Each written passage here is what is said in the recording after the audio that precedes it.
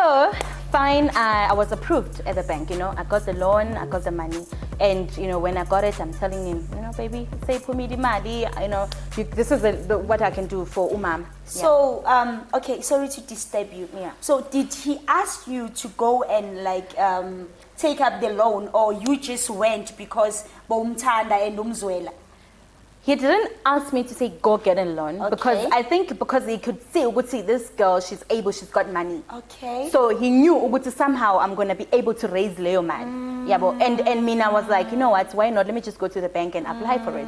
You see? So in a way, ungasho ukuthi uthathe iadvantage yokuthi uyamthanda, uqalile wakubona ubu weakness bakho ukuthi umthanda kakhulu and you can do anything for him. Yes. So that's why he was able to tell me all this. Abafana bamapolo. Yeah. Bafana bamapolo.